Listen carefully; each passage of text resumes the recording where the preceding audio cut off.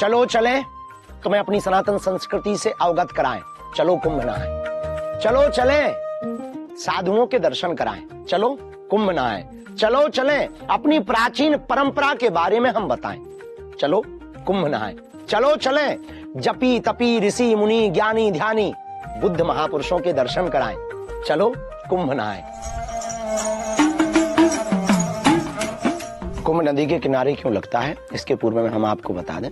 एक होता अर्ध कुंभ, एक होता पूर्ण कुंभ, एक होता महाकुंभ। कुंभ लगता क्यों है, ये भी जानना बहुत जरूरी है। कुंभ इसलिए लगता है, पौराणिक कथाओं में, प्राचीन ग्रंथों में हम सब पढ़ते हैं और सब जानते भी हैं। समुद्र मंथन हुआ तो समुद्र मंथन में 14 रत्न निकले।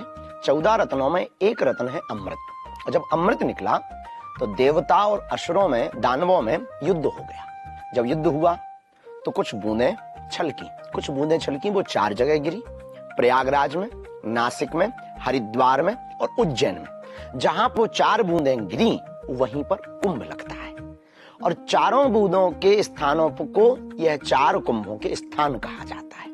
ये नदियों के स्थान किनारे पर है, यहीं पर कुंभ लगाया जाता है। कुंभ के स्नान का बड़ा महत्व है।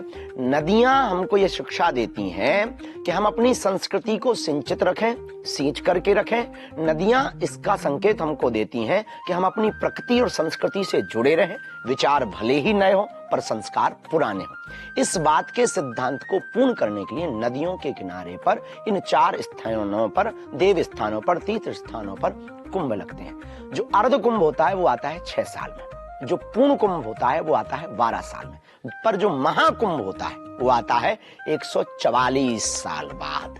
इसलिए कुंभ का बड़ा महत्व है। कुंभ का अर्थ घट होता, घट का मतलब हृदय भी होता।